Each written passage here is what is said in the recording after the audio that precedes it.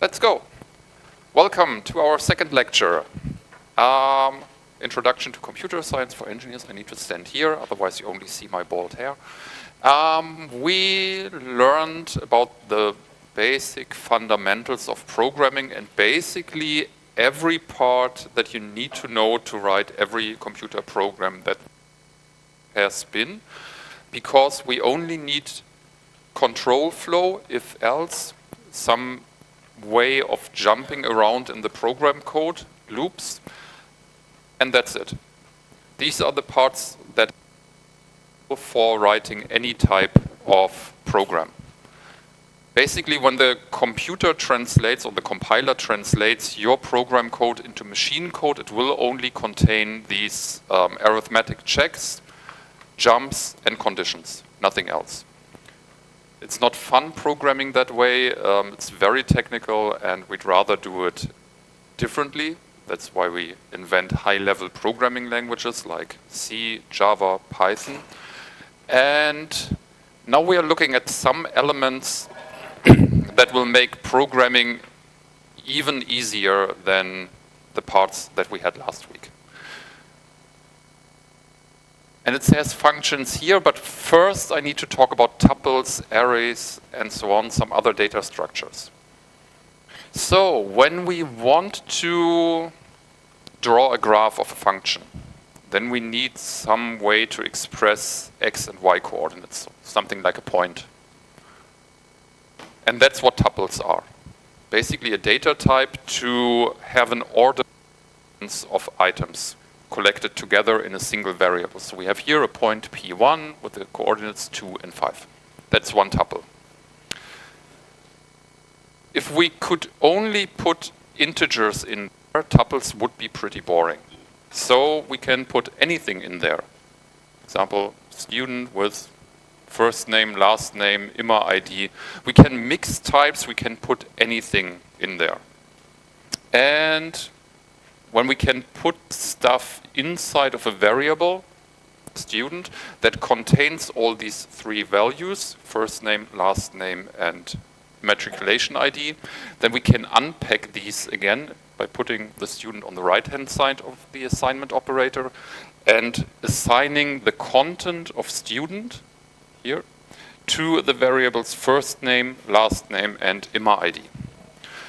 So we can pack different values into one tuple, into one object, pass this object around as a single entity, and then at a different part of our program we can unpack it again into its separate parts. Makes stuff easier. The brackets here, or parentheses here, are completely optional on the left-hand side. But they improve readability, basically. One property of tuples is that the items in there are in a fixed order, and the tuple is fixed in size, so we cannot make it grow or shrink. This tuple here has always 3 elements. We cannot change that after we set up the tuple. We can create these tuples to create records, and they are one new data type for us. So if we put something like that into the terminal and ask for the type of P1, it doesn't say int, which it would also correct, it would just say tuple. P1 is a variable of the data type tuple. And we can nest them actually. So we can put anything inside of a tuple, even tuples. So we have one student, Christian, for the AI engineers, your tutor, teaching assistant, another student, Lukas Eichel, and then we have a collection of students with student 1 and student 2, and if we print that, we just get both of the names. My name, Lukas' name, done. We can nest them arbitrarily deep. Anything beyond level 4 is difficult to understand later. But actually there is no limit except the memory of your computer. So do as you please.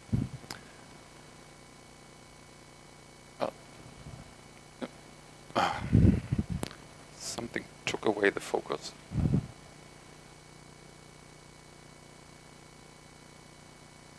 Or the batteries? No. Batteries still working.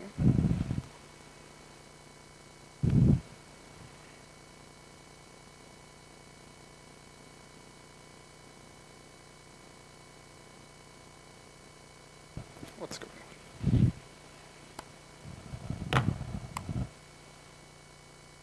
Ah, now it's working. Windows problem on a Mac. Have you tried turning it off and on again? So, arrays are basically the same thing as tuples, except that we use square brackets. And one other important difference is arrays are not what's called immutable. They can change their size. They can grow when we need it. They can be shrunken down if we need it. In Python, arrays are also called lists, which explains the behavior, like we can grow and shrink it much better. But we'll learn about what a list is later in this lecture. So for now, we call it array. And we act as if they don't change their size for the next 2 or 3 weeks. So we define an array by just assigning these 3 values to a variable name, and then we can access individual elements by the square bracket notation. So we just write the name of the variable and in square brackets an index. Indices in sane programming languages always start at 0. So the first element in an array has the index 0. It's because basically what an array is, or this variable name, it's a pointer into memory. So we know where in memory all the values are going to be stored in sequential order for an array, and the variable name is pointing towards that part of memory. And the indices now tell us how many steps do we have to go from the target of this pointer to reach the actual element we are going to talk about. And when we want to talk about the first element, we have to go 0 steps further, because we are already pointing at the first element. So array 0, in this case, refers to the 1. That's basically the most common error for computer scientists, off by 1 errors. And the second most is naming things. That's difficult.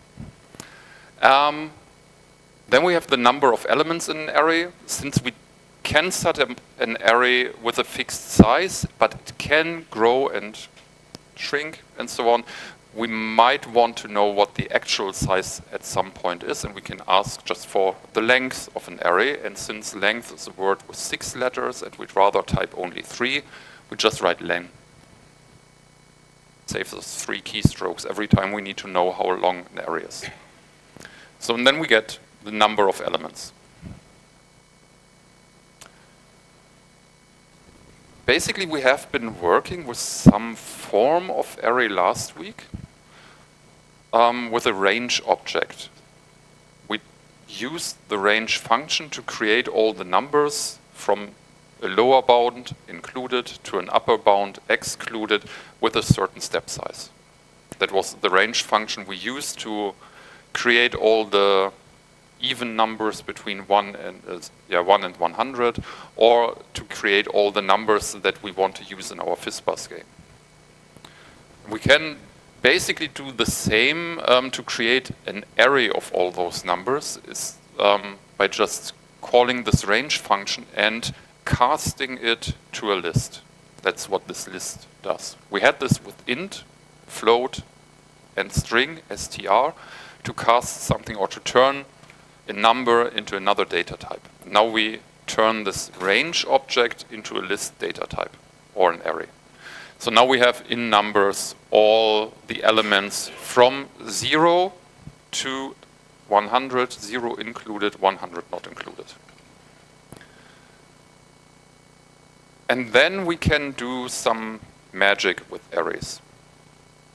We can use so-called slicing operations. We just take a part of the array that's interesting for us.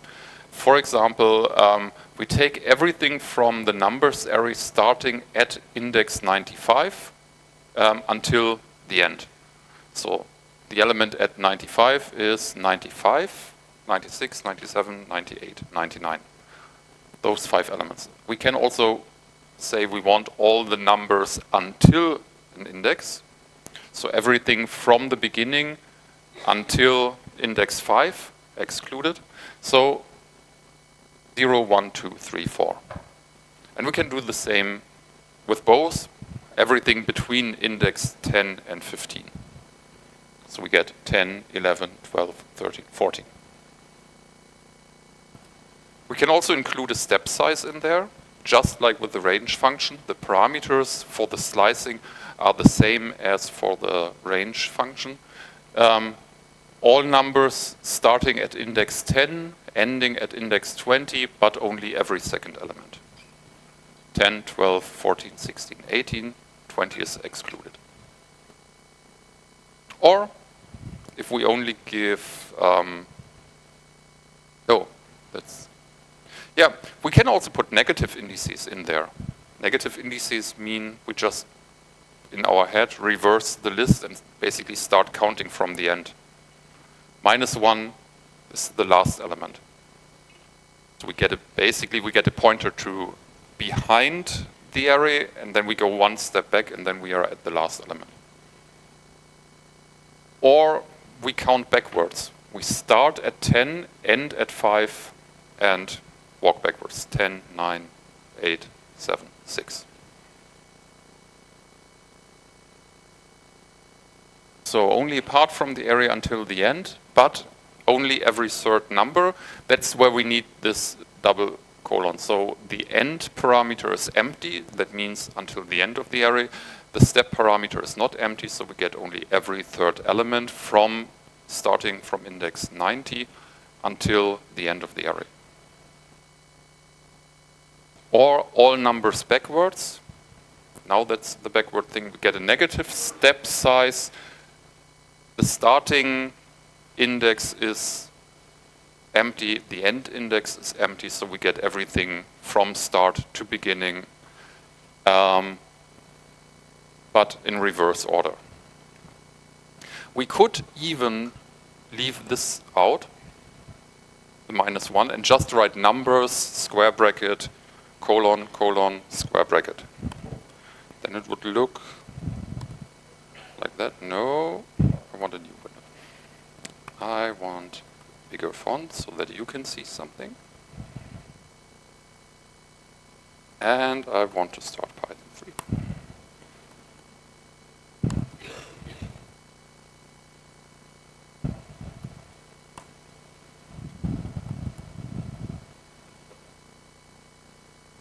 So, let's say -2, 98. -1, 99. 99, 98, 97, and so on. All the numbers. Let's just 9, 8, countdown.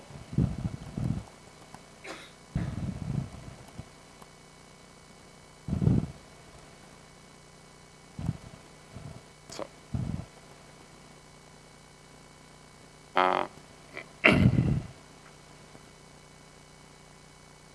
So. Now we have a countdown.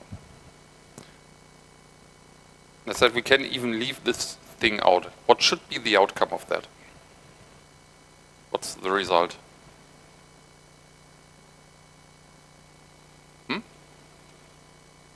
The original order?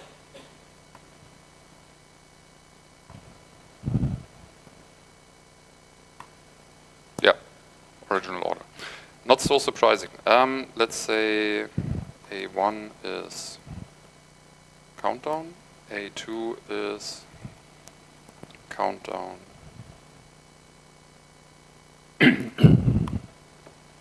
So, A1, 0 to 9, A2, also 0 to 9.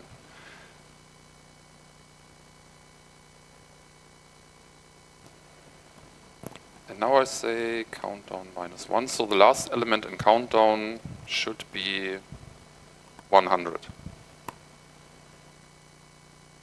I can just use the indexing operations also to reassign values inside of an array. You can use them on the right-hand side to read, on the left-hand side to write things into an array. And now we have 0, 1, 2, 3, 4, 5, 6, 7, 8, 100. What's the content of A1?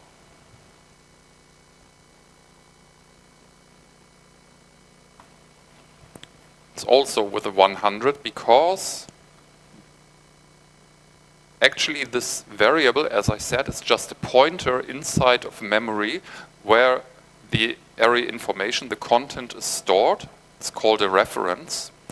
And what we did here is we did not copy the content of the array, but the reference pointing towards memory. So A1 and countdown are pointing towards the same location in memory, and every time we change that memory, the changes will be reflected behind A1 or countdown. What about A2? No, not the same. We use the slicing operation here to create A2, and this creates actually a new array.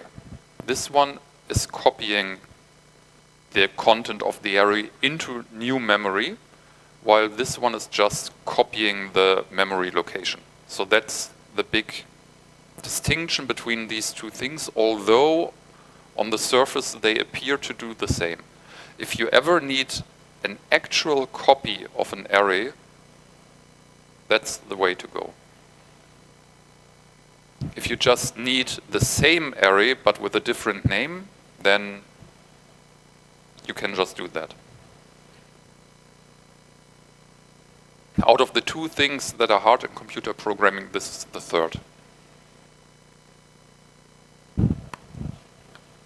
So, there are more hard things. Okay, what numbers are contained in other numbers?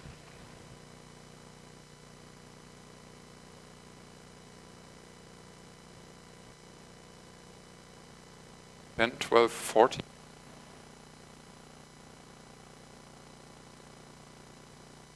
First, we create a list of all the numbers from 0 to 19. Then from that list, we take the numbers with indices 10 included, 16 excluded, but only every second, and store that in another variable. So we make a copy of all these elements, and this is 10, 12, 14. Correct. Now we already learned about loops last time, so that we can loop, iterate over this range object, so do something for every number inside of a certain range. We can also do that for arrays. We can just write down for each element in an array, do this or that. So this is the last type of loop that I promised last week, the for each loop. So we take this for x in other numbers, print x, and this will now print 10, 12, and 14, but each number on its own line. So if we just print other numbers here, it will be 10, 12, 14 as an array. And now we take each number out of the array and print it onto the command line. So in general, we can use these enhanced for loops or for each loops for every type of sequence. As we learned last week, strings are just sequences of characters. We can just do that for strings as well. We can just take the variable or the string word, and for each letter in word we can print the letter.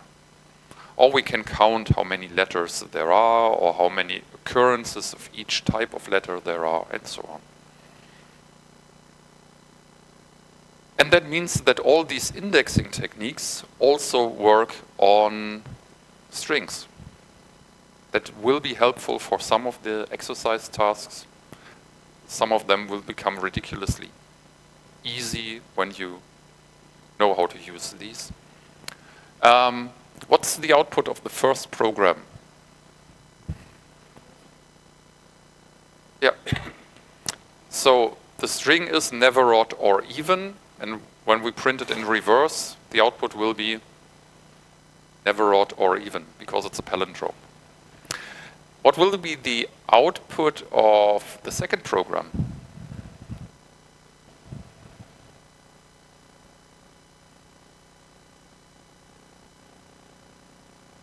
Even? Even?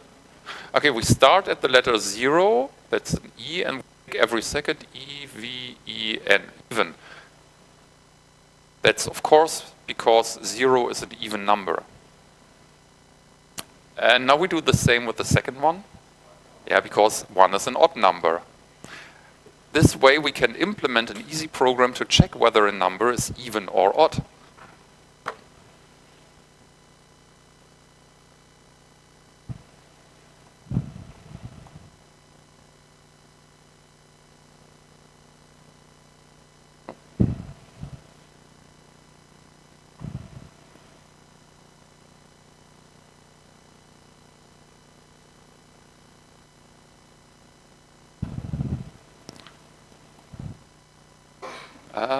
And then we just have to put n modulo 2 in here. Or, okay, well.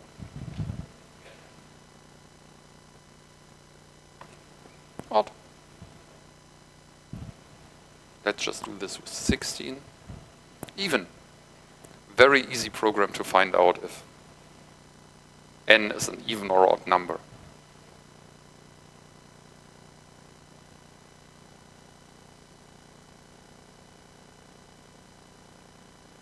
Okay, what did we also learn about tuples? They can be nested. We can put tuples inside of tuples. Well, let's just do the same thing with arrays. We can put an array inside of an array. In this case, I chose to have all the arrays inside of the array of the same length. That turns this so-called two-dimensional array into a matrix. So that's basically this. So we have 1, 2, 3, 4, 5, 6, 7, 8, 9. Depending on whether you interpret the individual arrays inside of the matrix as row or column vectors. I chose row vectors here. Actually, it's more like that. So it's a big array that contains 3 small arrays. And actually, it's that. Because it's just stored plain in consecutive order in memory. And actually, it might be something completely different. We might have our matrix array here that contains the 3 elements. And since every content of this matrix stores a reference to one of the 3 column row vectors, we might have row 0 somewhere here, row 1 is here,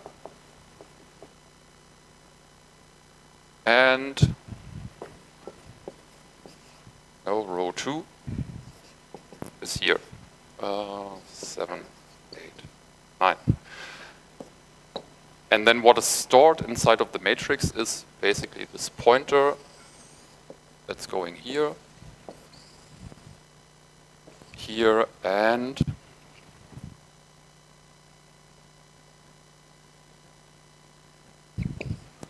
this way. So that is what is stored inside of matrix. Pointers, references to the arrays that the matrix actually contains. Now I want to access individual elements inside of this array matrix. So to get to the first row here, or row 0 there, I need to access the first element of the matrix. And now I want the element at index 2 of that. So it's the first element of matrix that goes here, and there it's the element with index 2, 0, 1, 2. That's pointing towards 3. So we print matrix 0, and then we get 1, 2, 3. And because of that, matrix 0, 2 means we first evaluate what matrix 0 is pointing to, and from that we take this element with index 2, and that's the 3. Interaction part. Get your pens out or your code editor and solve the following problem. You're given a 2x2 matrix, A, B, C, D, and calculate the determinant of that. Oh, yeah. Don't read the solution. So the array looks like that.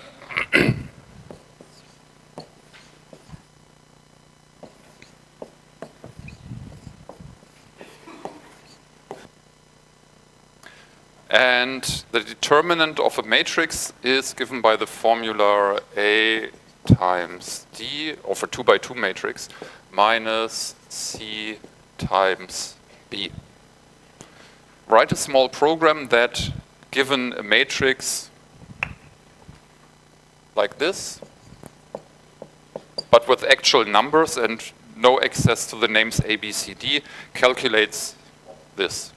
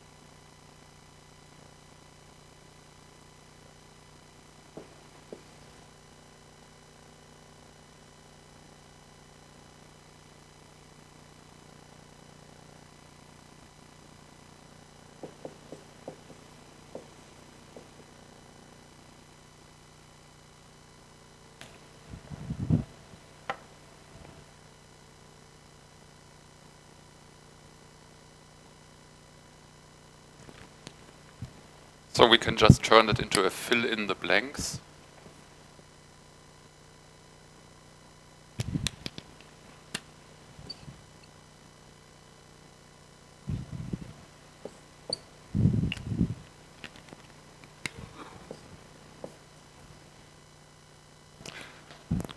do I need to put in for the red blanks? Okay, 0, 0. First or second? Does it matter? No. The second? 1, 1. Okay. And for blue? 0, 1. 1, 0. Okay. Perfect. So, not so hard. That should do exactly what we want. And that's close enough to what I wrote on the slides. I flipped the order for the last two, but that's essentially the same. Okay, matrices. No, arrays are done. We'll work with them a lot, so get this array notation into your head. We'll need it for the exercises. Now we talk about the kind of last data type for today, and these are dictionaries. Tuples were these fixed size vectors, arrays the mutable size vectors, with which both shared that indexing can only occur with numbers. So when we store something like our student things here, or this array here, A, B, and C, we get array 0, array 1, array 2, A, B, and C. Out of that, for dictionaries, we can use arbitrary indices. We can use any type, almost any type of object as an index. So we can just call the first index first name and the second index ID. And then if we print person and access the array with this string index, then we get my name out of that. Dictionaries are, when you do any code interviews for a job, or you read like, okay, what are possible code interview questions? If you use dictionaries, it feels almost like cheating because many of the tasks become very, very easy.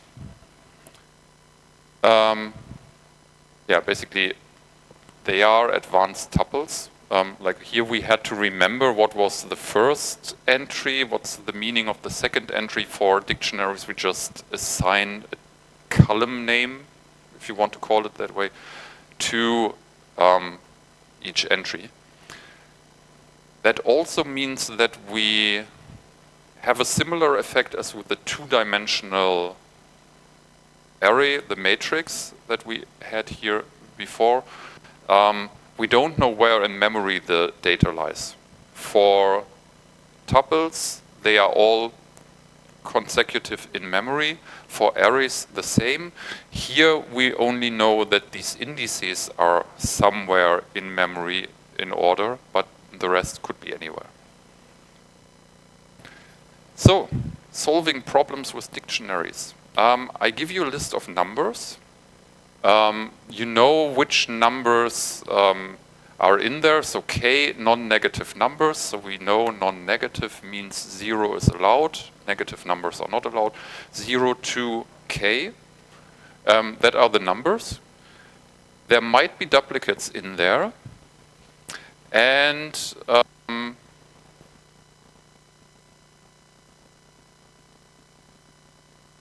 no, I give you k non-negative numbers, but the value of those numbers is at most n. So numbers from 0 to n, k numbers, and you should tell me which numbers in this range 0 to n are not contained in that list. How do we do that? So solution here would be none, because all numbers are contained. Here the 2 is missing. Here 1, 2, 3, and 4 are missing. And here 1 and 4 are missing. So that's the expected outcome. And now we need to find a solution for that. One solution could be we just go over every possible number that we have. So all of these n numbers, we check is 0 contained in that list? Is 1 contained in that list? Is 2 contained in that list? Is 3 and so on? Are all these numbers contained in that list? That basically means that we have to look at every element in the list n times. So we have to ask the first element, are you equal to 0? And the second element, are you equal to 0? And the third, are you equal to 0? And then we start again. Are you equal to 1? Are you equal to 2? Are you equal to 3? And so on. So we have n elements, or we have k elements in our list. Each has a value of n, and in the worst case, these numbers are big and the same number. So we can say the number of iterations this program runs is quadratic. So we get n times n or n times k here as the number of questions we have to ask.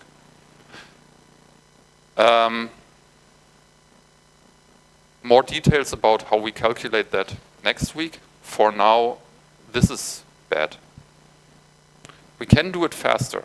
And now we are cheating with dictionaries. We store for every number in this list that we see that we have seen this number. So if that is our list of numbers, and we know there are 6 numbers inside, and the biggest number is 5, then we create an empty dictionary. Dictionaries are a new type of parentheses, curly brackets, braces. We create an empty dictionary, and then for every number in this array, we say we have seen this number.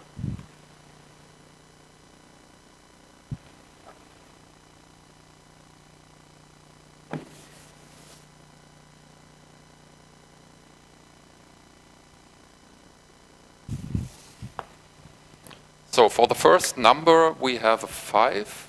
So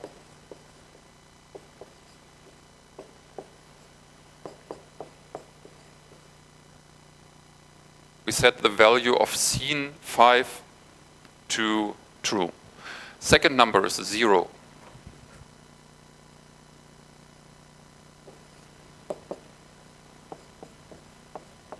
We have seen that number. Then we get a 1, no, 2, sorry.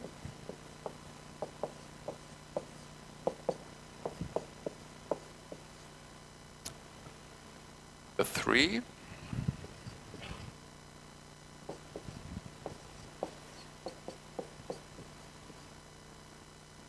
Then we get a 0 again. And what's happening now is that the dictionary finds we already have this key in here. So we just erase that value and set it to true.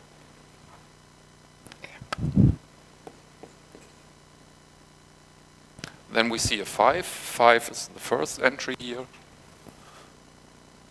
So we set this one to true. That's actually what's happening. If you would write it down, you wouldn't erase the true and override it with the same value. Now lines 5 to 7 are the second part of the magic.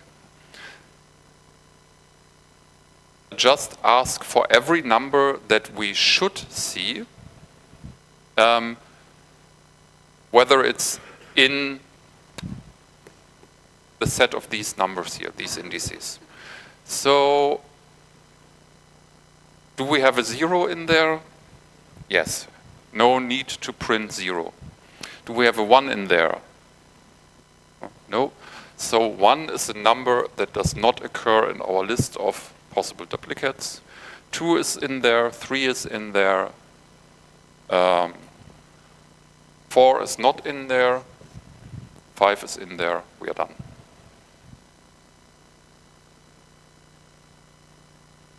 In this way, we only go over this array here. We only iterate over this array once. So we only have to look at each element in the array exactly one time. And then we have to go over this array also one time.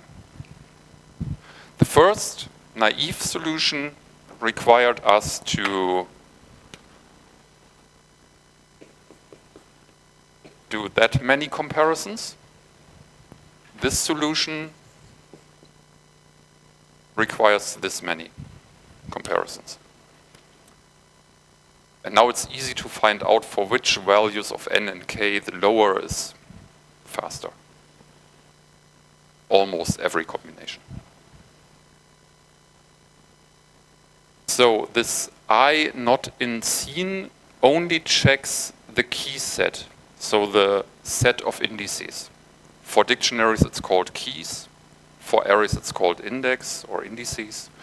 With this line 6 we check if I 0, 1, 2, 3, 4, 5 is used anywhere here, and if not, then we're using the if not, then we print I. So we only print the 1 and the 4. Quiz time.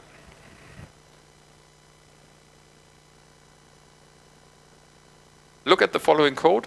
What is the data type for variable A? Integer. Okay, B. Yeah, sounds correct. C. Yes. D. E. F. Dictionary, great. G. That's the one where I get mixed. Array? Array. It's an array. How many elements are in G? Who says 4? 0. Index 0 to 4 would mean 5. 0, 1, 2, 3, 4 is 5 elements. Okay, 5 elements? 6 elements? Oh, okay, democracy wins. Okay, now we can finally come, after the first 3/4 hour is over, to the actual topic of today's lecture, functions. So, who of you knows what a function is? Okay, you can feel basically like I just felt with there are 6 elements in the array. Remember that from school? F of x is x squared, or well, probably school started with y equals x squared. So we calculate the value of y depending on the value of x, and at some point, and I don't remember when this happened, it was like from one day to the other, we were not allowed to write y equals x squared, but we had to write f of x as x squared. No one explained to me why this happened. So we have one function f here, and that gets one number as input, and this input is called x, and the output is whatever the result of this calculation is. So we can just do the same thing in Python. Functions are basically the same. So we define a function f of x, so we get the parameter list in here, and return x times x, or x double asterisk 2 for squaring. And actually we would have to do the type hints here still, so the actual program should rather look like this. So def f of x, and this should be an integer, maps to an integer, turn x times x, or x squared. Now we can just call this function and do f of 3, 9, f of 5, 25, f of 25, 625. Nothing surprising happening here.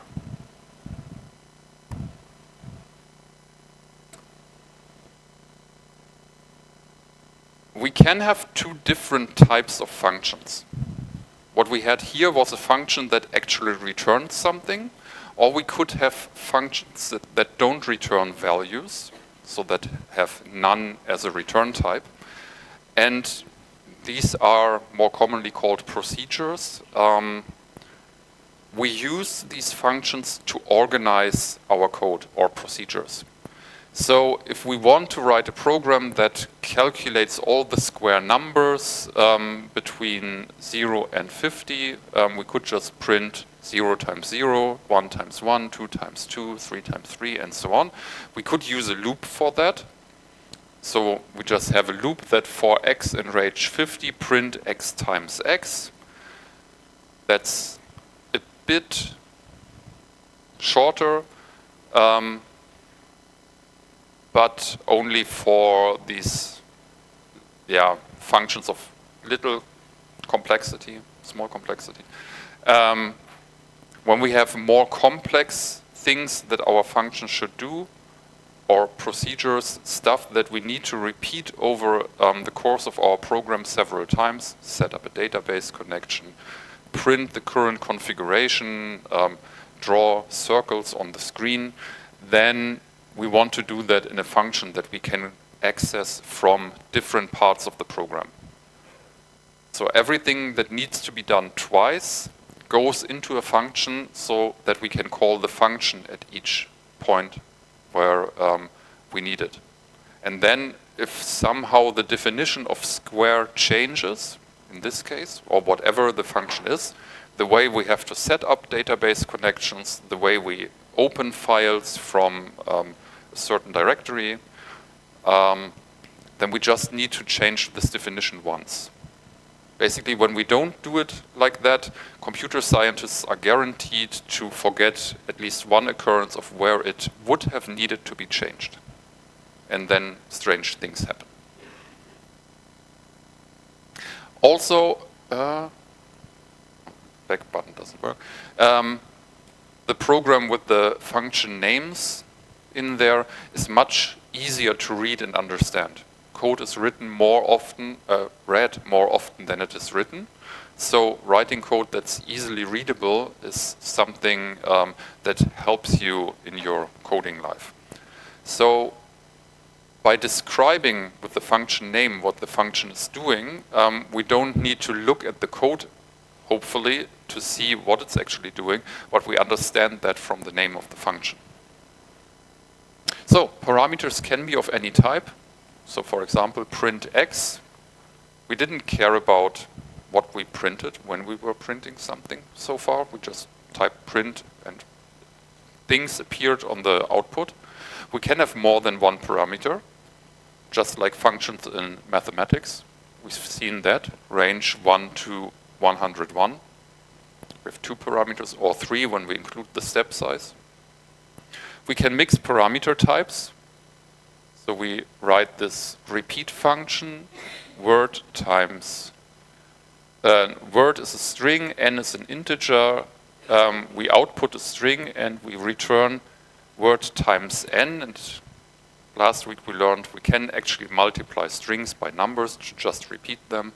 And now we have this nicer function here, repeat ABC twice. That looks less weird than multiplying strings with numbers. And if we can have more than one input value, we can also have more than one output value. That's also vector valued functions, analysis 1 or 2, or late analysis 1, early analysis 2.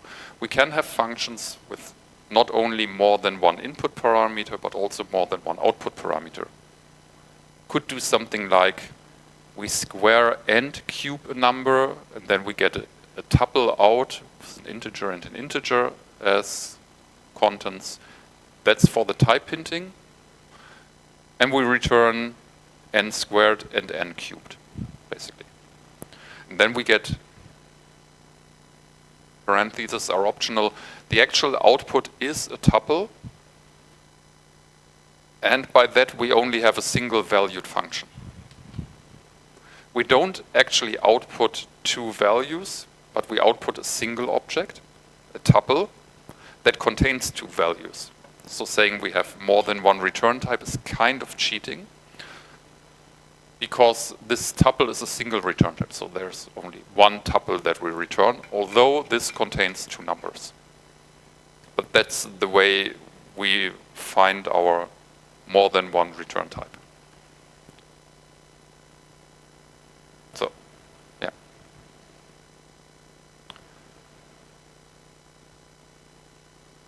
And the last thing that makes or distinguishes Python from many other programming languages is we can have named parameters. And this looks a bit frightening in the first part. So we have parameter 1, 2, 3, n different parameters that we have, all commas separated in there, like range 1, 101, 2, all numbers between 1 and 100, both included, every second number. And then we can have keyword arguments. Actually should be an M because it doesn't have to be the same amount of arguments. We can just have named parameters. The order of these named parameters does not matter. They are actually a dictionary of parameters, while the first is a tuple of parameters. You can think of it like that. So the print function is designed in exactly that way. We have a text as input, that's a string that we give into that function to print it. And we have a named parameter called end, and it has a default value. That's what these keyword arguments are often used for. So we give this variable end a value even if the user does not supply it.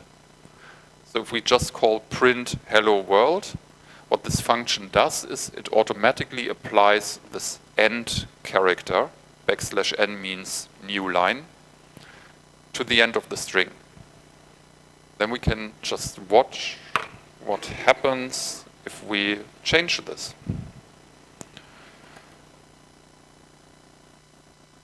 So print hello, prints hello. No, I'll write a function for that. Have print 2, s1, s2.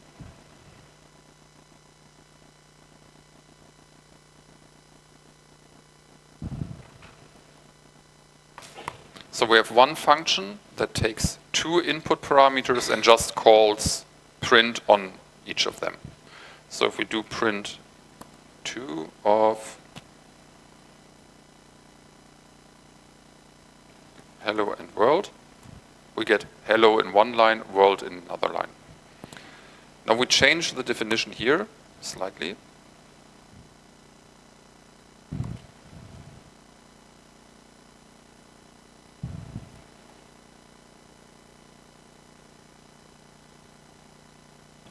What's going to happen now? One line output. Here we replace the default value of make a line break with make a space.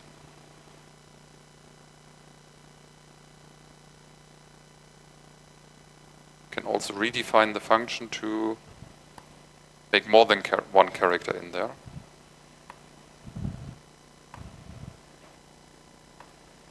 Then we get more than one. So it will just append the entire string that is stored in end at the end of this function call.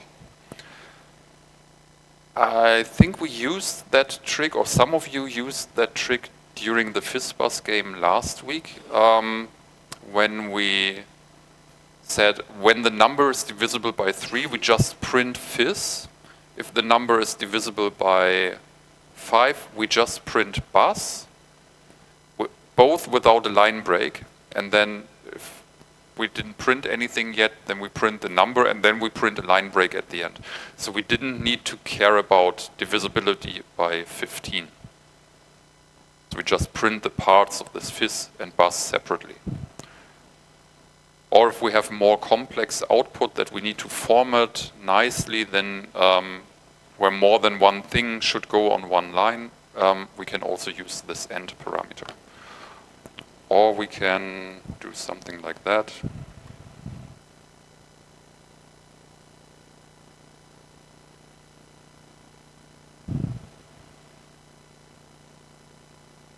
Equals something like this. So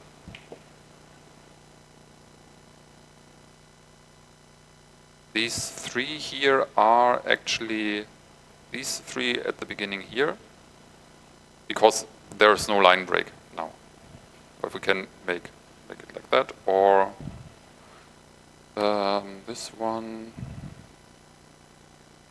also have \t for we hit the tabulator key on our keyboard. Spaces things evenly.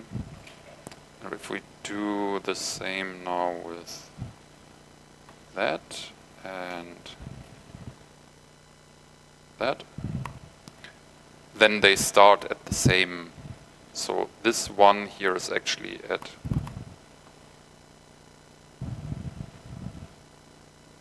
the same column as this one. So that's what this tab key is for. Keyword arguments, those that have a default value, can be in any order. They are dictionaries, unordered collections, and they can be completely left out because they already have a value. All other parameters have to be given to a function. If I call this function f of x, that should calculate x squared, and I don't supply any x, any value for x, then this function cannot work. Doesn't know what to do if it doesn't have any values. It also does not assume that this value could be 0 and just returns 0. We will get an error message if the number of parameters does not match the signature of the function. So, you're going to write your first functions. I talked about FizzBuzz already. We play FizzBuzz again, but this time I want you to write a function that gets two numbers as an input and returns a Boolean if the first number is divisible by the second number. So if the remainder is 0, I get a true. If it's non-zero, it should return false. Very simple function.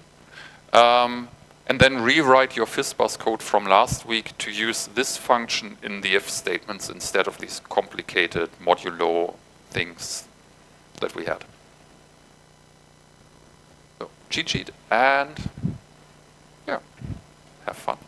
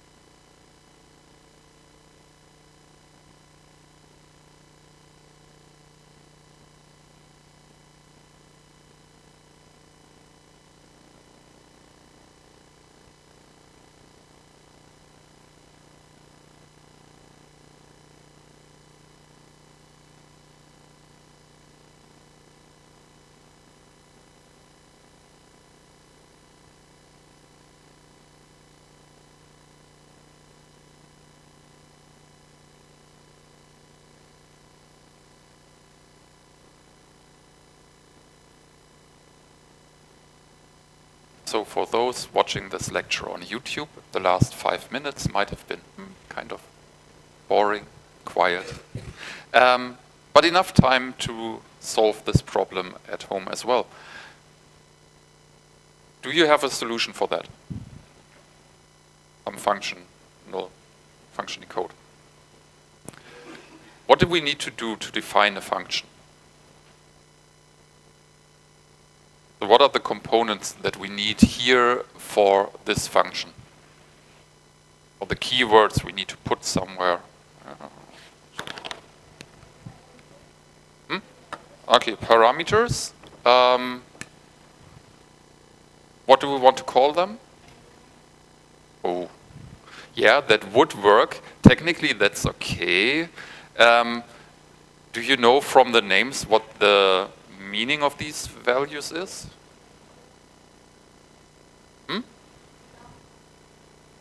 Okay, that's slightly less bad. Number and divisor, maybe? Okay, so we have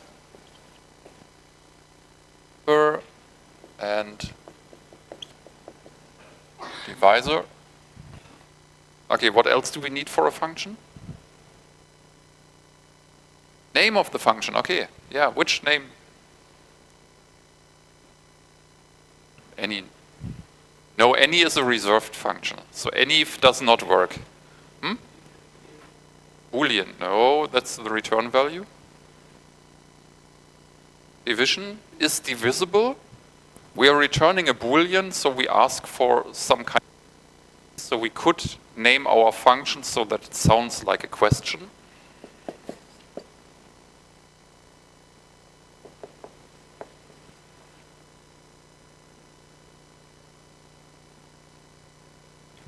What else do we need? Def keyword.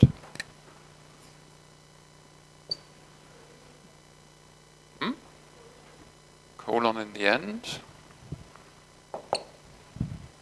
Okay. I want to force you to use type hints. So, what's the type of that? Int. Okay. What's the type of that? Can live with that. And what's the return type of the function? Now we get our bool. Okay. So now we have the signature of the function set up, and now we need to return a value. We can do it as a one-liner.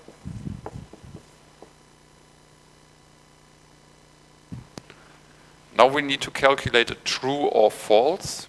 So we need some form of comparison operator, and let's use that one.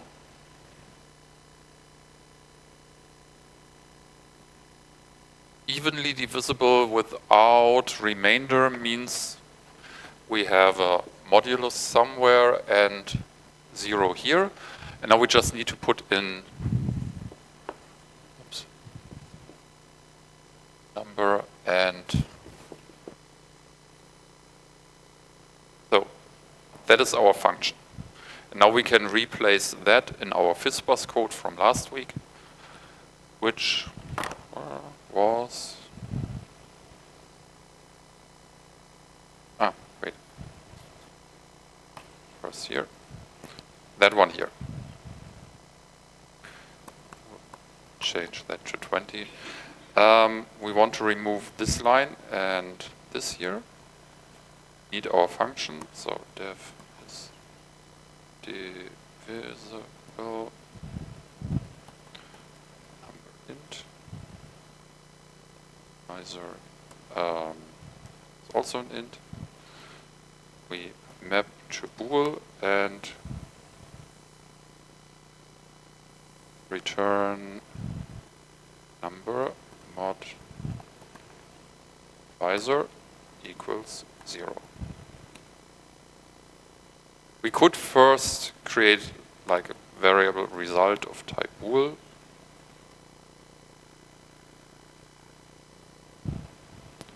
Store that information here.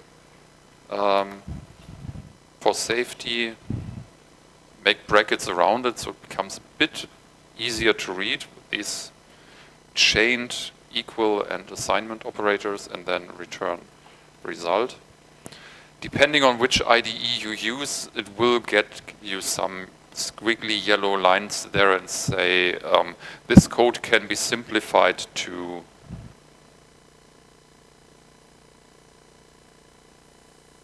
this line. So we can remove this intermediate variable, which is only used to store the result, which is returned immediately. We'll keep it here for readability, because doing it step by step is a bit easier sometimes. Then we have our program. We don't have this line anymore, but we just say if is divisible, x, oops, brackets, x and 15. So it's divisible by 3 and 5. We print FISBUS. Else if x is divisible by 3, or if it's divisible by 5. Not much has changed now. In fact, the program is less efficient at the moment, because we introduced a function call that takes some time for the CPU to process, that does the same thing we had before. But on the other hand, it became slightly more readable. So this goal of having our source code look like normal English text is a bit better achieved here. So just hide that one. Then we see for all x in the range of all these numbers, if x is divisible by 15, print FISBUS, else if x is divisible by 3, print fis, else if x is divisible by 5, print bus, else just print x. That's almost the description of the FISBUS game I had on the slides last week. We could also change that here to 3 times 5. Now it becomes less readable again, but we could use these variables again.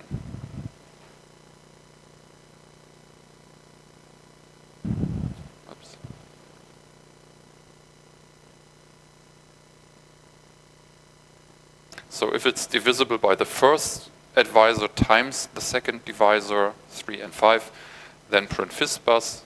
And now we can also say we play our game with the divisors 3 and 7 instead of 3 and 5.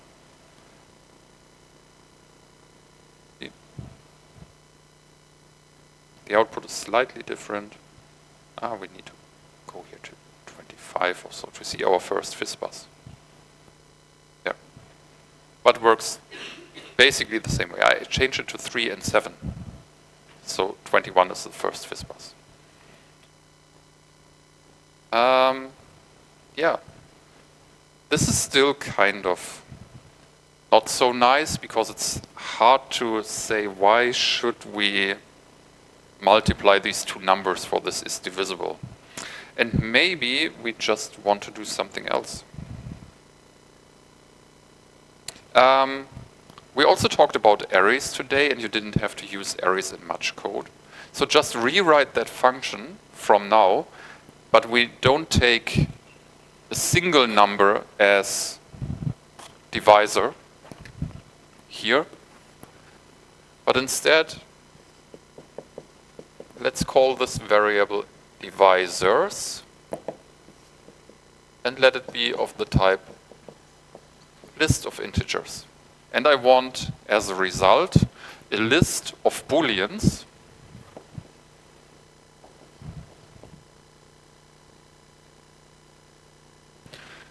so the first entry in the output list should be true or false if the number is divisible by the first or the second divisor.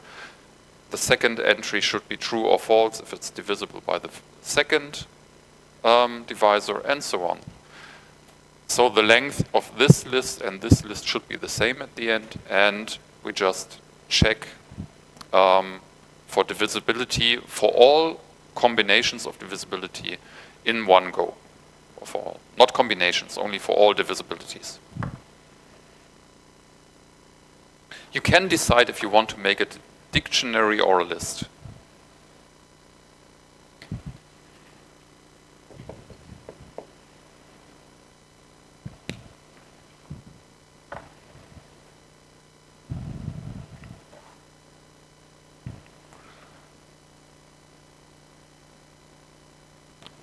So to make things slightly easier, I'll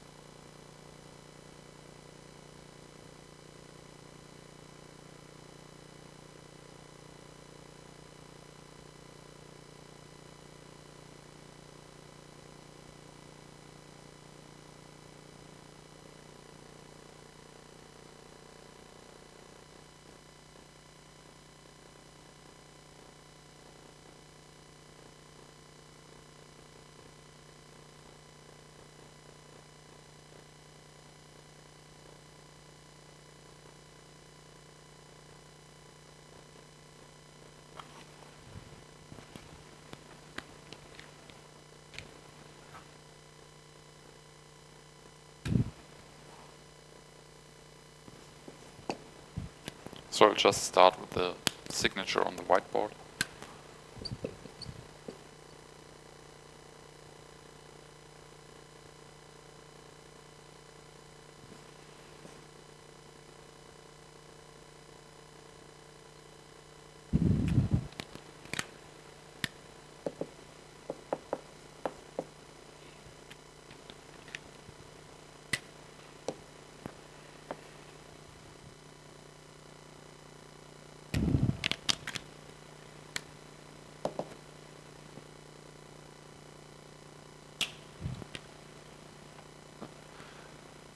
Okay, any idea how we should continue from here on?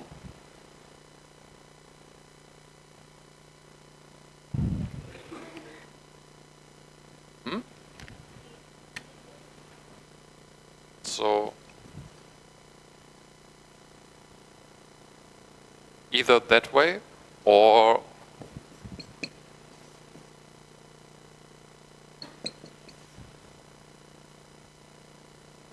they both work and essentially do the same.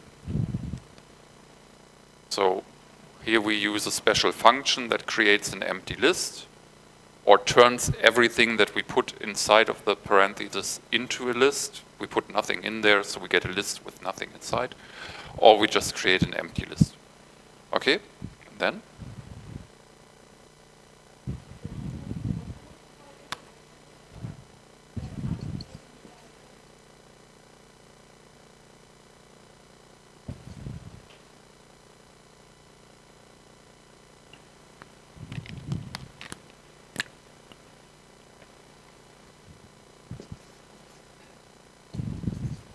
Syntax highlighting.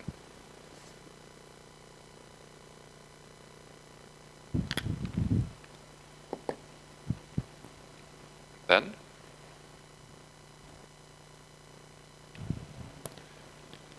for this lecture we act as if lists are actually arrays and have a fixed size, so we cannot change that size at the moment. In truth, in Python we could just change the size of the output array, which has currently the length 0. That's why I wrote this line of code, line 10 there. We can just change this here to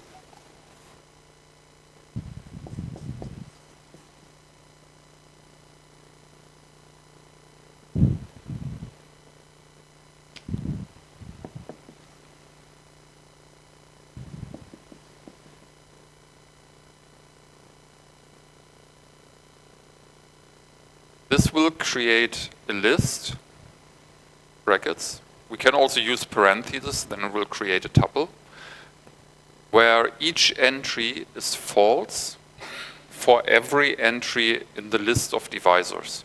So at the moment, we have 2 divisors, 3 and 5. This output list will be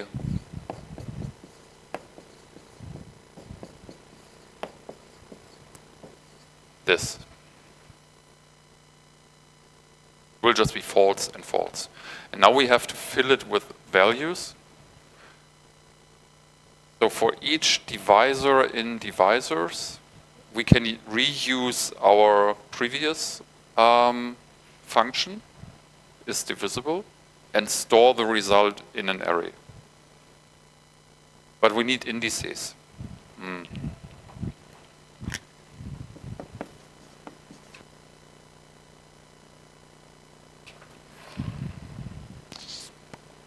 This one. We can just do output at position index is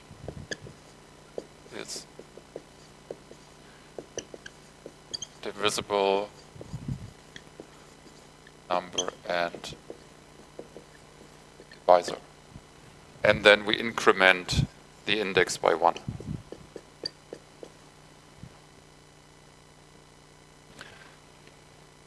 Now index is 1. We take next divisor out of and store at position 1. The result of this is divisible function here. So, and depending on the function, the number we put in here, we either get false, false, true, false, false, true, or true, true as an output in that array. And then we can act according to that in our main program. That seems overly complicated for just 2 numbers. So what we currently have here, this one here is still reasonable. Having this array function there is unreasonably complicated for just this problem, but as soon as we add third, fourth, fifth divisors here, then having such a function would be much easier. What we have here is also called a list comprehension. So it's like a compressed definition what the content of this list should be. And instead of, let's call it D for D in divisors, instead of just putting the value false for every entry in the divisor list, we can actually replace that by a function call.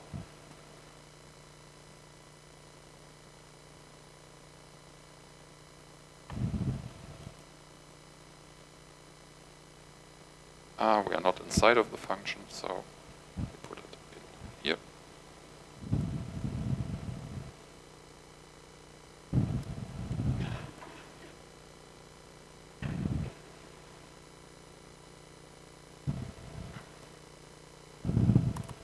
So that's something that is also possible. We just calculate for each entry in the list of divisors the result of this function, store that in an array, and through compiler magic we could just get an array as we expected. So the same as here.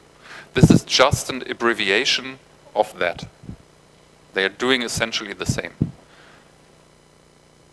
The only measurable difference between these two is that this one actually runs faster.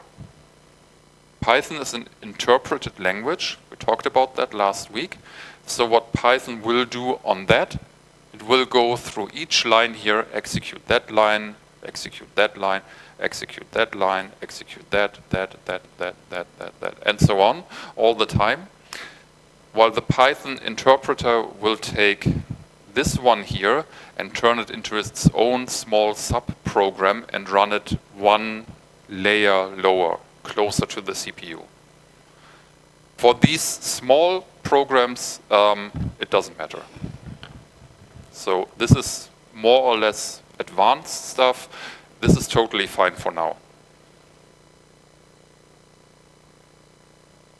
Okay, so again, 2 hours later, we are done with the basic functionality of functions. Now we do advanced functionality of functions and the dreaded favorite topic of every computer science student, the first semester, recursion. Recursion is a fun topic, and in order to explain to you what recursion is, I first have to explain to you what recursion is. You can Google recursion, and Google will ask you, did you mean recursion? Will actually work. Some computer science books have this in their index. Recursion, please look under, also look under recursion. That's basically the entire joke that this is about. Recursion is explaining things by itself. If you want to start baking sourdough bread, as almost everyone did during Corona lockdown times, what do you need to start baking sourdough bread? Sourdough starter. And what do you need to get a sourdough starter? A sourdough starter. You need sourdough to get a sourdough starter. How do you make yogurt at home? You mix milk with yogurt and then heat it for 12 hours. That's basically recursion. That's recursive definitions. Another thing is, what do you need to get a flat in Germany? Money. Okay, so you need some place to store money. So you need a bank account. What do you need to open a bank account? Anmeldung, yeah. So you need a flat. But to get a flat, you need your bank account. Recursion.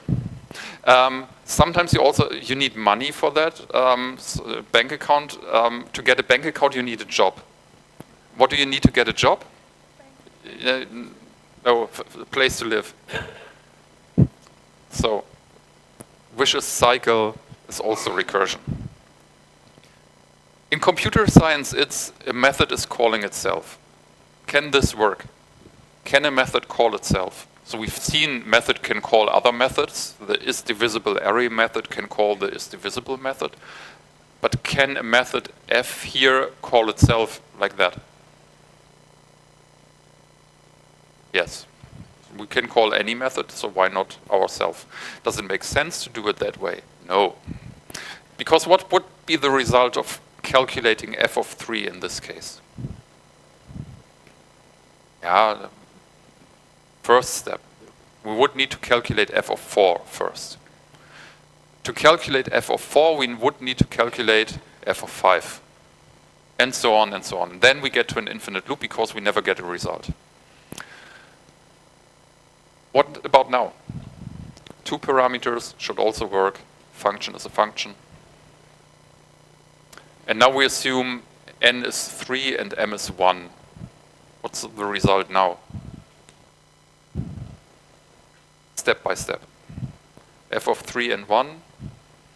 1 is obviously not the same as 0, so we skip this part, go to the else part, and return f of n minus 1, so that's 2, and m minus 1 is 0, and then we start again.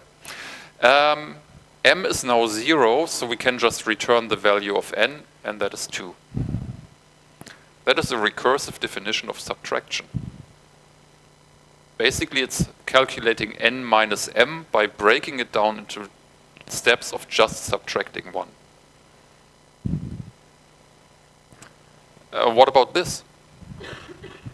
Ah, no, it's still the same function, sorry. What every recursive function needs in order to not blow up your computer is at least one base case. So we need one place where our recursion can stop. The first recursive function didn't have that. What did we end up with? Infinite loop.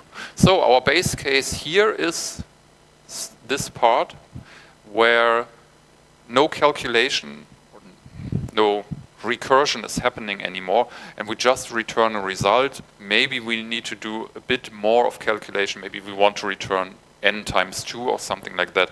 But essentially, we don't do any complicated stuff here anymore. Nothing that requires recursion. And then we need at least one recursive step. Something where we actually call the recursion. Without the base case, we get an infinite loop. Without the recursive step, we don't do any steps, we just stand still. We don't do nothing. So that's the recursive step. We need at least one of each. We could have more than one base case. We could have more than one recursive step. For example, if it's an even number or an odd number, then print one or another. And if it's an even number that is greater than 1, then do one type of recursion. If it's an odd number greater than 1, do another type of recursion. So a base case is a criterion for the computer to know where to stop the calculation, and the recursive steps are the set of rules that explain what to do during recursion. So, for example, the canonical example for recursion is Fibonacci numbers. Any lecture that explains recursion has to fall back on that example. What are the Fibonacci numbers? They are defined as f of 0 is 0, f of 1 is 1, and f of n, for any n larger than 1, is f of n minus 1 plus f of n minus 2. So what is f of 2? 1. F of 3? F of 4? F of 5? 5, fixed point. F of 6? 9? 8? And so on. So 0, 1, 1, 2, 3, 5, 8, 13, 21, 34, 55, 89, and then I don't know. Now I need to calculate. That's the recursive definition. We have two base cases here and one recursion step where something is happening. Two base cases, one recursive step. The special thing here is we have one recursive step, but inside of this recursive step, 2 recursions are happening. And we can turn that definition easily into Python code by just writing this definition down. To make it fit on the slide, I combined the base cases into one, because it basically says here, if it's 0, return 0, if it's 1, return 1. So if the argument is smaller than 2, just return the argument. So if n is smaller than 2, return n, else return fib of n minus 1 plus fib of n minus 2. Easier than that. How long do you think does it take to calculate the 70s Fibonacci number? Or when does it start to get slow?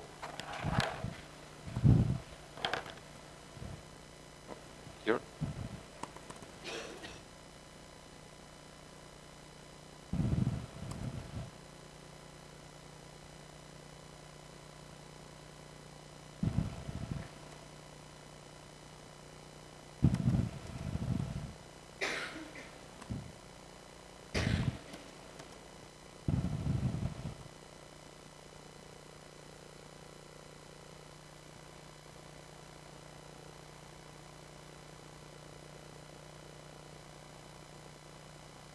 Okay, fib of 5, 5, 21. What's the next? 32.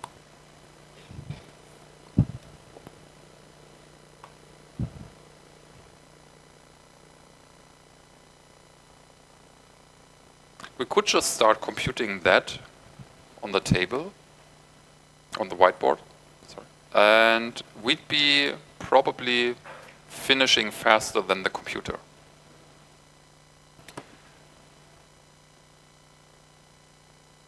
So what is happening inside of the recursive step here when we try to evaluate this function manually? Let's do that manually. Without actually evaluating something. We just need to write down what's happening.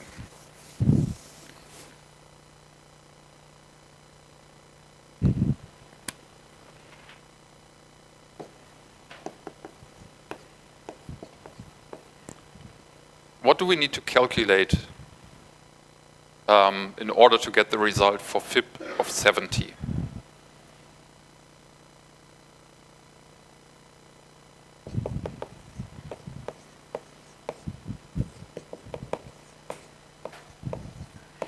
Okay, we start evaluating stuff from left to right, so we start here. What do we need to calculate this?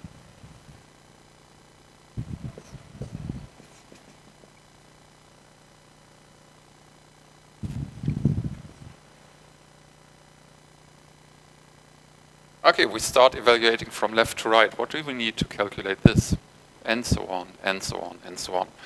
And then when we are done here, we have a lot of ones that we need to add. And then we get the result for this. We have calculated this entire part here that tells us what fib of 68 would be. And then we start doing that again for this. We don't reuse the result because we didn't tell the computer to reuse it. So we're just doing that again. How many calculations are here at that level? How many function calls did I write down? Oh, 1. That's 1. Here? 2. How many would I have to write down here? 4.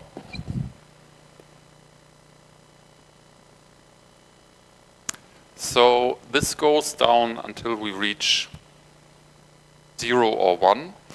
So approximately 2 to the power of 70. That is roughly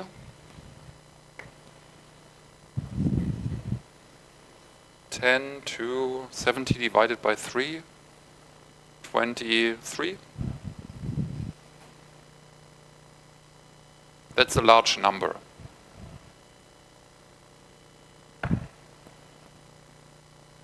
We can let it run. Not getting warm yet. So.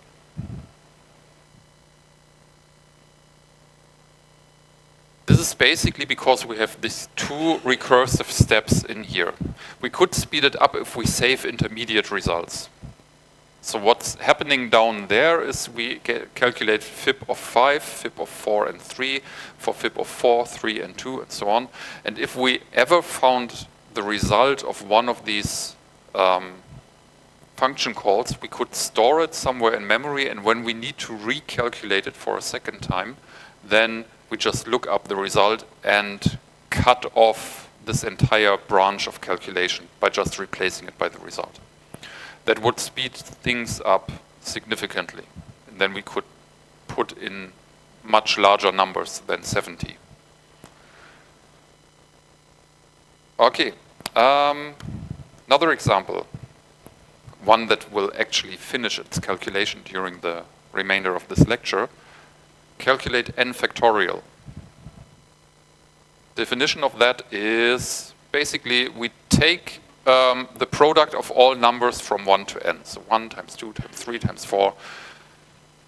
Whenever you see these big operators, either this big pi or the big sigma, they are just for loops. They are just math speech for loops. So this is a loop that tells us start at 1 until n, so for I in range 1 to n plus 1, step size 1, multiplies some variable with I. That's basically nothing that has to do with recursion. But we can reformulate that problem into a recursive problem by another definition. N factorial is 1 if the n is smaller than 2, and if it's 2 or larger, otherwise, then it's n times n minus 1 factorial. And now it's a recursive definition. And what we see here is, again, what happens in every recursive step. We do this recursive step because some problems are hard, like calculating n factorial, but we can give a description of what to do here if we had a simpler problem and solve that. N minus 1 factorial is significantly simpler than n factorial by a step size of 1. Now n minus 1 factorial might still be too hard for us, so we calculate n minus 2 factorial. Might still be too hard, we calculate n minus 3 factorial, and at some point n minus k factorial will lead to one of these base cases. So in every step of the recursion, we make the problem simpler until we can solve it easily, until we basically just write down the solution and don't do any calculation again. And then we have a result. So that's recursion. That's what this function looks like. Much nicer in the sense that we only have one recursive call here, so we won't get this branching thing that we see here. So it should be faster. Yeah, it might still be too slow. I'll skip that part for now and we go to this one here. We want to compute factorial of 3 factorial. What does the computer do?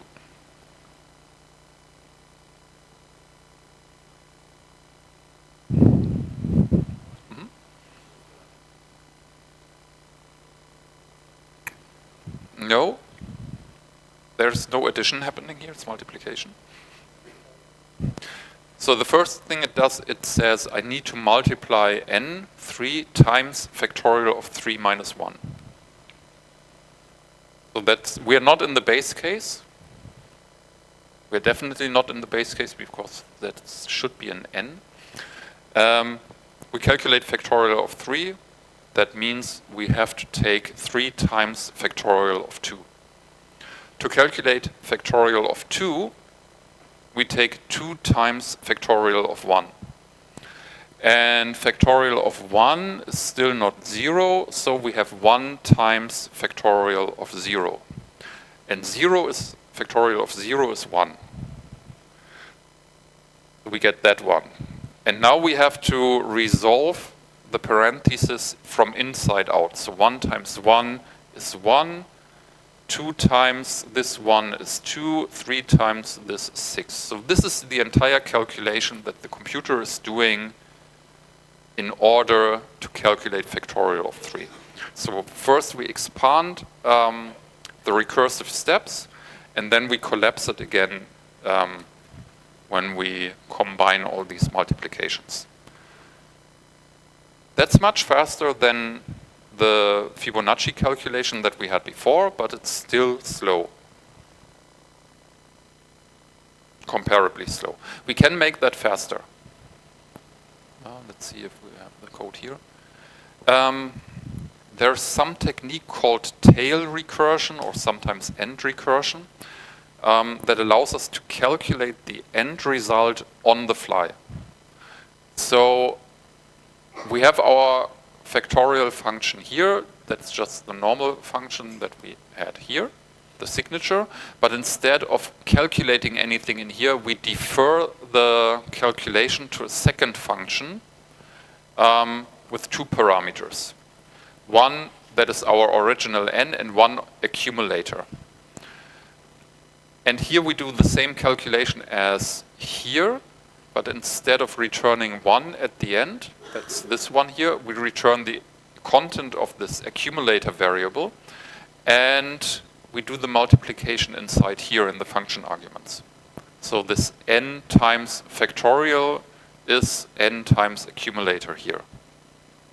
So what happens now? When we want to calculate factorial of 3, we translate that into underscore factorial of 3 and 1. Then we are not in the base case, so we do factorial of 3 minus 1 is 2, and 1 times 3 is 3. Then we do 1 times 6, and since that's the base case, we just return 6. 3 lines of computation versus 1, 2, 3, 4, 5, 6 lines. By just carrying the intermediate results with us and not put them onto some kind of, let the CPU remember that data structure, we get our result much faster. This structure of recursion follows a very simple pattern. So if you take a look at more of these tail recursive functions, they all look the same. They all have this accumulator variable, some starting value here, some accumulation happening in here, some problem reduction there. All the same, the pattern is always the same. It's so easy to recognize that even a computer can do it. And that's what computers actually do. They recognize this pattern and optimize it heavily. So any good compiler will know what to do here and find optimizations to make this run even faster. So that's, if you can do some tail recursion, if you can write your function tail recursively, do that. Computer will thank you.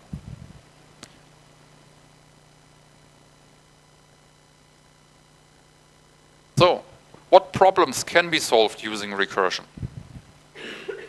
Basically, programs that only rely on recursion and are not allowed to use any type of loop are as powerful as programs that are not allowed to use recursion and only allowed to use loops. Programs, or the set of all computer programs that only use recursion versus the set of all computer programs that do not use recursion, are equally powerful. They can solve the same set of problems.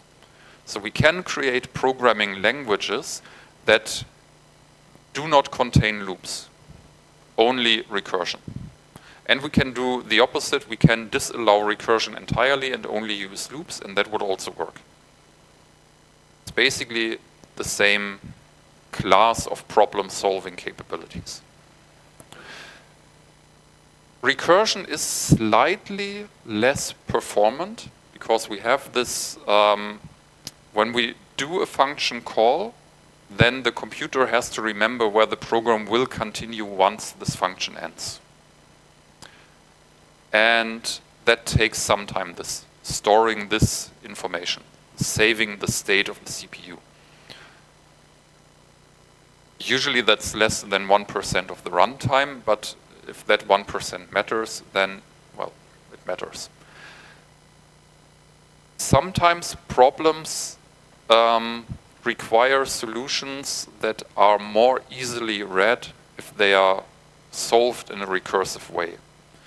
We will see some problems later in this lecture which are very easily described in a recursive manner in like 3 or 4 lines of code, and a proper implementation in an iterative manner without using any form of recursion will take several hundred lines of code. So sometimes it's more elegant, better understandable, but it's kind of harder to grasp recursion. Debugging recursion is hell, basically. Because you don't know at which level of recursion you currently are without some advanced debugging techniques. Yeah, and sometimes it's the opposite. Sometimes a loop is just easier to read than a recursion. So, what did we learn today or so far? I think we're almost through for today. We did something with recursion. What does that code calculate?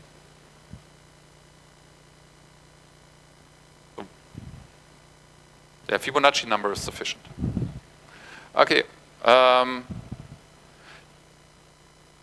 Can you give me an idea of how a program would look like if we don't use recursion here?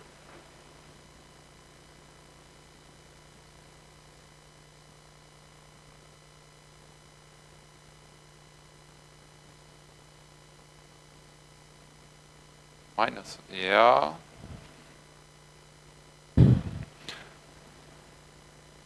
Subtraction wouldn't help us here.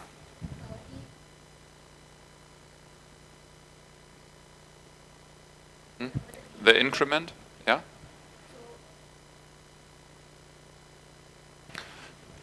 Yeah. We would still have these 2 recursive calls in there. So you could use something like, you could replace the n-2 and the n-1 by this, but I want to get rid of the recursion entirely. Yeah, we could use an array or a dictionary, actually.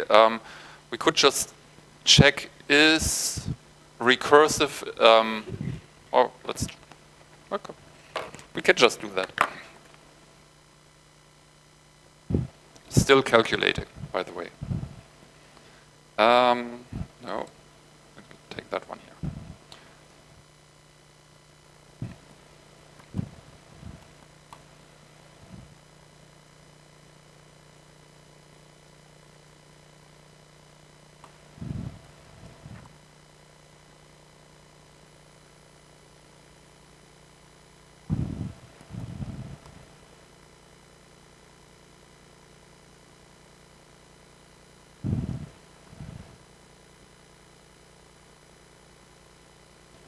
That's the program that's currently running very long and slow. And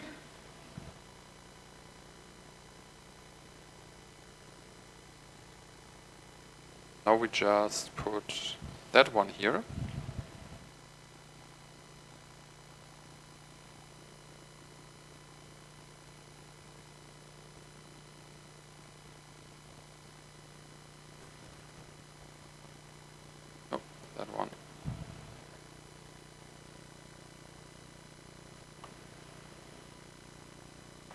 We can actually do that one. 0 and 1, 1. So we pre-fill our dictionary with the base case values. So if we ask for fib of 0, it will look up R0 is contained in the key set, so this value and this value. And it will just immediately return that, so we can skip the base case. Here we have a different base case now. And then we can just do that. Fips and this one here. Now we fill the value in our dictionary with the result of this calculation and then return what we just calculated.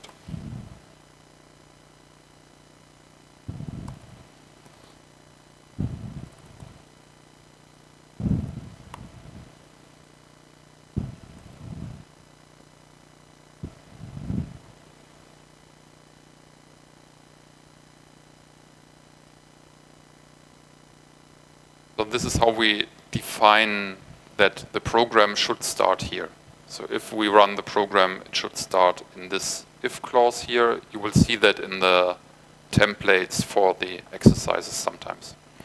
Now we just run it and there's the result. That's it. Done. This one is still calculating. Let's do 7,000. Another problem with recursion. Maximum recursion depths exceeded. So this data structure where the CPU remembers where the functions should jump back to when the calling function returns has a limited size. I could set the recursion limit higher.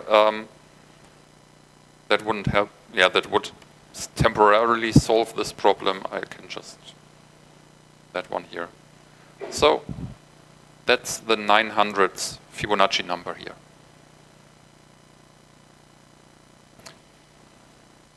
That is, how long is it?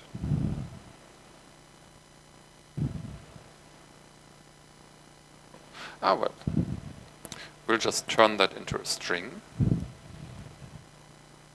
Then we calculate the length of that string.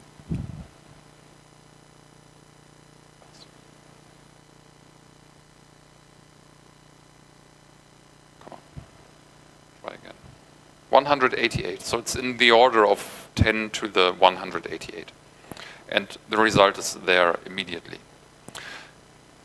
Just to get things into perspective, how big is 10 to the 188?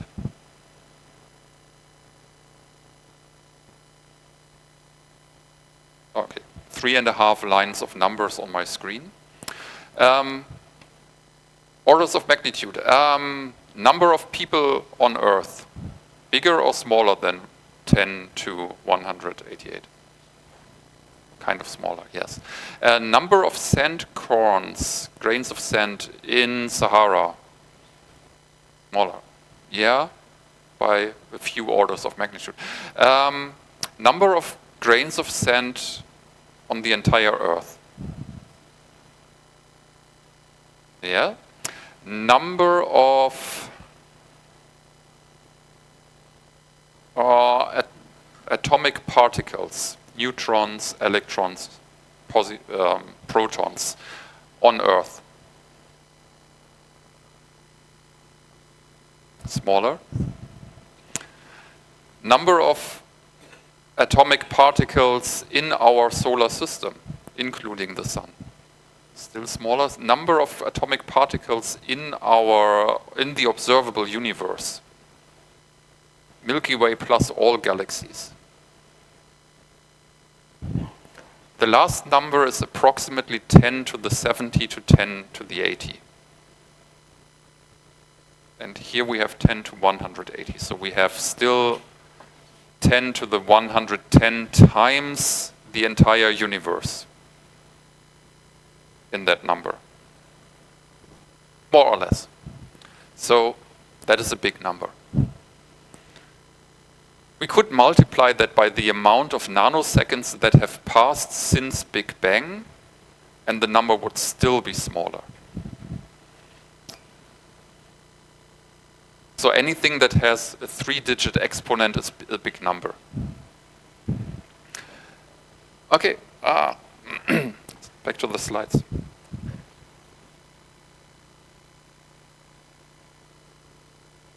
Okay, last programming for today. We need that for next week. Write a program that asks the user to input 100 positive integers, at most 100. So we need the input function to ask the user for a number. We need to count how many numbers were inputted. It should be at most 100 as soon as an error occurs. So I don't input a number, I input a negative number, I have already 100 numbers. The program should stop and then just print the number of positive integers that I entered, the sum of all those numbers, and the largest and the smallest of those numbers. All in one program.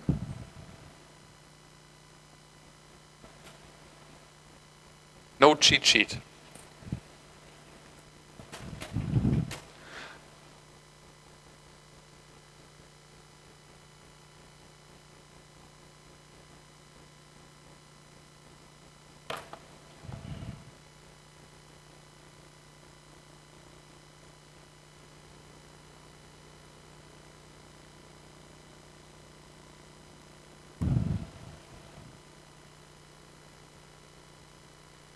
Do you want to do it alone or together?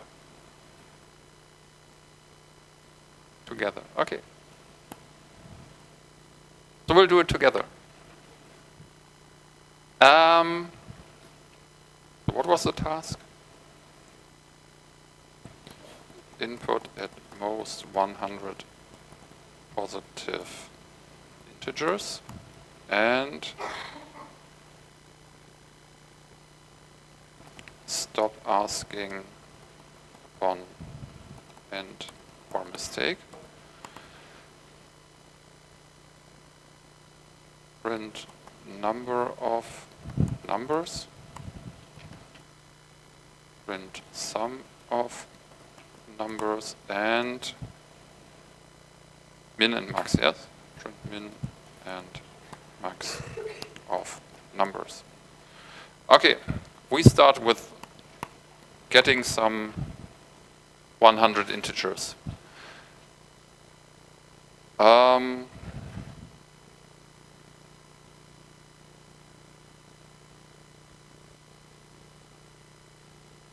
Currently, we have 0 numbers.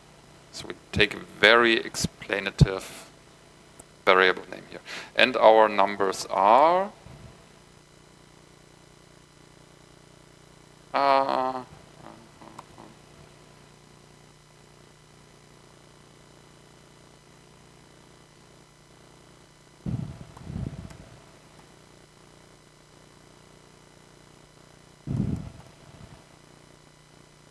so we want at most 100 numbers, so we reserve memory for at most 100 numbers. So we now have an array. We still work with lists of fixed size of 100 numbers. And now, while we need to do something again and again and again, we could do it with a for loop, so just ask 100 times. I take a while loop because we can say while the current number of numbers is less than 100, we have to do something. And then we just say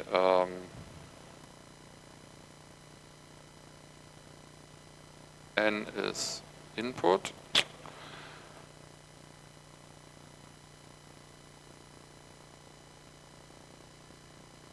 So we ask for a number and then we do something that's not so allowed.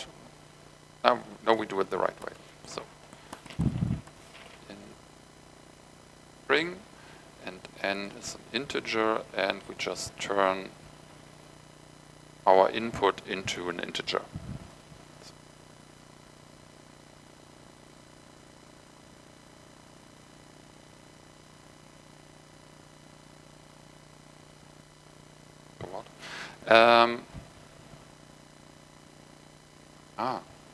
That's your problem. In is a reserved word. Come.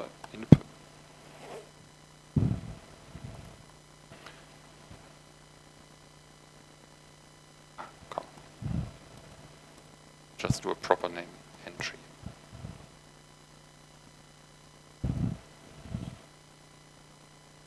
And now we turn numbers at position current number of numbers to n. So now we have our array with 100 zeros. We ask the user to input a number. The first number will still have index 0. We store it in this numbers array at position 0, and now we can increment this value. And we can do that again and again and again, and we don't stop upon mistake at the moment. So what happens if I enter negative numbers? The program should stop asking, but it will continue asking. Just do that. Yeah. -1, -1, -1, -1, -1, -1. 1 minus 1 gives us an error because that's not a number. That's okay. That's what we want. So we need to check if the number entered is actually not negative. So if n is smaller than 0, then we break. Break is a special command here that stops the execution of a loop. So at this point we will exit the loop no matter whether this condition is still true or not.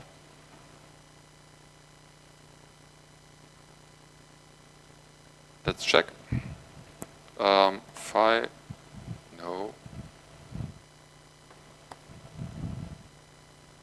Focus down here. 5, 3, 1, -1. Not entered. So now the program seems to be here. We could just print current number of numbers. But we don't want to print all numbers because then we would get all these trailing zeros that we don't want. So we just go until this highest index we had. This will be 1 too large. So if we have 5 numbers, this current number of numbers will be 6. But that is okay because this indexing slicing works that we include the lower limit and exclude the upper limit, and our upper limit is just 1 too high. So we exclude that and everything's fine. Just to make sure, we just replace this valid value by something that is definitely not valid and see what happens. 1, 2, 3.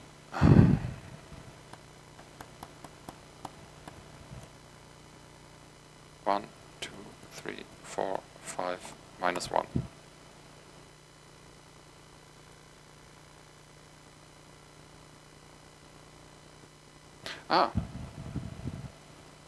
Numbers. The error here says int object is not subscriptable, so what I cannot do is use this indexing operation with the brackets on an integer. It only works on sequences. So that's what this error message is telling me, because I used the wrong variable name here. So we'll try that again. 1, 2, 3, 4, 5, -1. And we get the numbers 1, 2, 3, 4, 5, -1 for stopping. So we finished that one. We finished that one. Now we need to print the number of numbers, amount of numbers. How do we get that?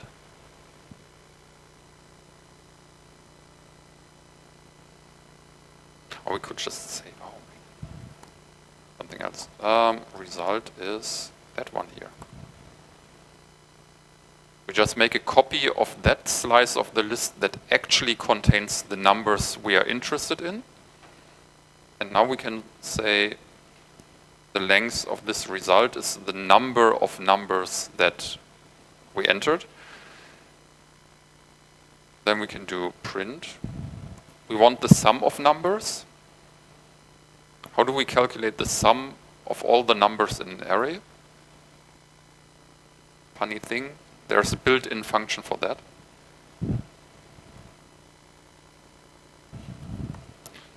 And how do we get the minimum and the maximum?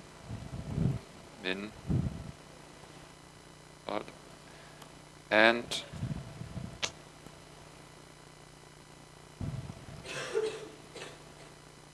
we can call the print function with more than one unnamed argument. We can put a whole list of arguments in there, and it will just print them one after another with a tab in between, I think. So we'll run that again. 1, 2, 3, 4, 5, -1. 5 numbers, their sum is 15, the smallest is 1, the largest is 5. That works. And that would now work for like any length of lists that we have. The only thing that does not really work well is the handling of errors.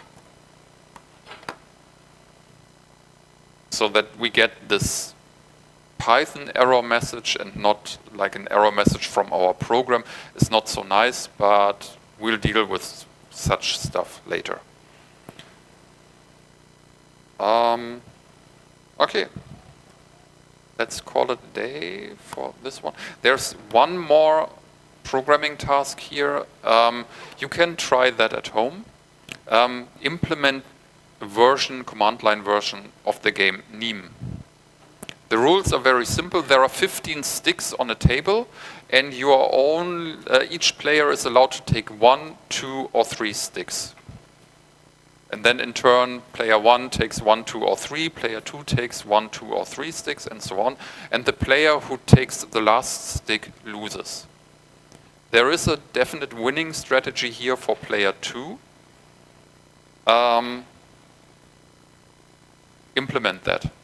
And if you find that too boring to just write down the numbers, create some graphical output. So this pipe character on Windows, it's Alt-GR and greater than, smaller than.